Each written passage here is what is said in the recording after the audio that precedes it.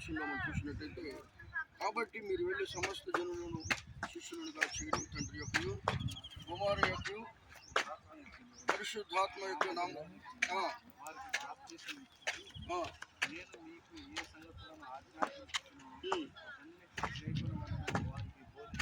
హల్లెలూయా. అలాగే మనకు లోకాసు వార్తలో మనం 15వ అధ్యాయము 9వ వచనంలో చూస్తే ఈ విధంగా వ్రాయబడి ఉంది. 9వ వచనంలో చూసినట్టయితే, అటువలే మారు మనసు పొంది ఒక పాపి విషయమై దేవుని దూతల ఎదుట సంతోషము కలుగునని మీతో చెప్పుచున్నాను నేను. హల్లెలూయా. మారు మనసు పొంది ఒక పాపి విషయమై ఎక్కడట దేవుని దూతల ఎదుట సంతోషము కలుగునని మీతో చెబుతున్నాను. ఎవరు చెబుతున్నారు? యేసు ప్రభు వారు పరలోకంలో దూతల్లో మధ్యన ఆయన సంతోషపడతాడంటే ఇదనము. హల్లెలూయా.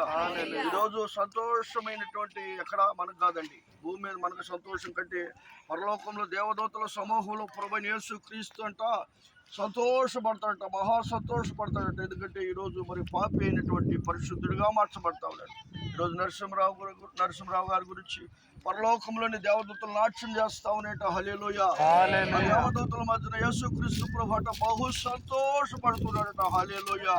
ఎందుకంటే పాపి కొరకు ఈ లోకంలోనికి దేవుడే మానవుడిగా దిగివచ్చి పరిశుద్ధ రక్తమును చిందించిన ఆ దేవుడు పరలోకంలోనికి తిరిగి ఆరోహణమై అక్కడ ఉండి ఈ పాపి రక్షించబడుతూ ఉన్నాడా అని ఎదురు చూస్తూ ఉంటాడు.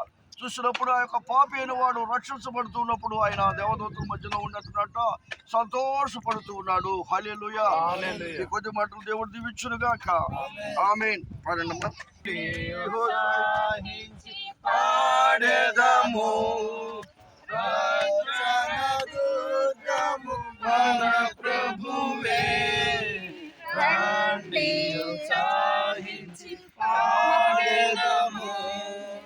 రక్షణ దుర్గము మన ప్రభువే, మన ప్రభువే.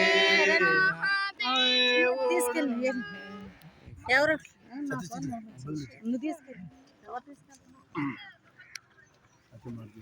రండి ఉత్సాహించి పాడెదం. తీసుకెళ్ళండి ఎవరో. రక్షణ దుర్గము మన ప్రభువే, రండి ఉత్సాహించి పాడెదము. రక్షణ దుర్గము మన